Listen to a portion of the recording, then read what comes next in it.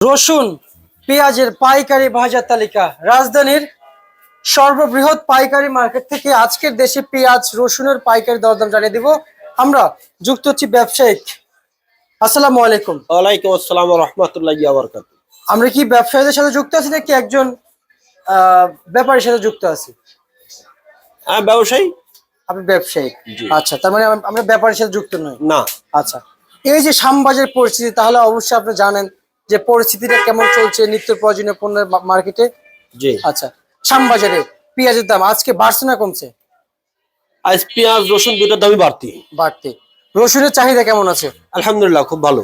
যাক, আলহামদুলিল্লাহ, যেহেতু রসুনের চাহিদা ভালো আছে, কৃষক কি রসুনের ন্যায্য দাম পাবে? জি, পাচ্ছে ইনশাল্লাহ। আচ্ছা, ন্যায্য দাম পাচ্ছে। আর আমরা জানতে পারছি যে এই কৃষক রসুনের দাম নাকি নিয়ে খুবই চিন্তিত আছেন যে চায়না রসুন আবার আমদানি হয়ে গেলে দাম নাকি আবারও কমে যাবে। তোমার আসলে চায়না রসুনের দাম তো বেশি, আমার মনে হয় না যে দাম কমবে। আচ্ছা আচ্ছা, কারণ বাজারে চায়না রসুনের দাম বেশি, দেশি রসুনের দাম কম। জি। কিন্তু ইম্পোর্ট পারমিশন যদি বন্ধ রাখে চায়না, তাহলে কি দেশি রসুনের দাম বাড়বে? অবশ্যই বাড়বে। কৃষকের কি ন্যায্য দাম পাবে? হ্যাঁ, পাবে। আচ্ছা আচ্ছা, তার মানে আমাদের চিন্তা ধান্তা আমাদের চেঞ্জ করতে হবে। জি জি। আমাদের চিন্তা চেতনা চেঞ্জ করতে হবে, কৃষকের দিকে তাকাইতে হবে। আচ্ছা, আজকের চলমান বাজারে সর্বোচ্চ রসুন কত বিক্রি চলছে? আজকে আমরা সর্বোচ্চ 75 টাকা বিক্রি করছি দেশি রসুন। পেঁয়াজ কত বিক্রি চলছে? পেঁয়াজ বিক্রি করছি 37-38 টাকা। 37-38 টাকা। জি। বাজারে রসুন কত বিক্রি করলেন? বাজারে রসুন বিক্রি করলাম নিচে বেচছি 65, উপরে 75। আচ্ছা, আমি দুইবার বলে ফেলেছি, যাই হোক, তার জন্য দুঃখিত। এবং আলু কত বিক্রি করলেন? আলু বিক্রি করছি 10 টাকা থেকে 12 টাকা। 10 টাকা থেকে 12 টাকা বিক্রি চলছে। এই যে বর্তমান নিত্য প্রয়োজনীয় পণ্যের মার্কেট একেবারে কম, এতে কৃষকের কিছু হয়? আসলে আলুতে পেঁয়াজে কৃষক তো একদম শেষ। পেঁয়াজে যাও বা টুকি টাকা আসে মাঝে মধ্যে, কিন্তু আলুতে একদম শেষ। আচ্ছা আচ্ছা আচ্ছা, আলু তো একদম শেষ। রসুনের দাম তো বৃদ্ধি ছিল শুরুতেই। শুরুতে বৃদ্ধি ছিল, আবার কিছুটা কমে শেষ হয়ে গেছিল, আবার এখন বাড়তি। আবার এখন বাড়তি। জি। আচ্ছা আচ্ছা আচ্ছা, সব মিলিয়ে পেঁয়াজের দাম আর কি বাড়বে? মনে হচ্ছে পেঁয়াজের দাম একটু বাড়বে, একটু বাড়বে। 40-45 হবে।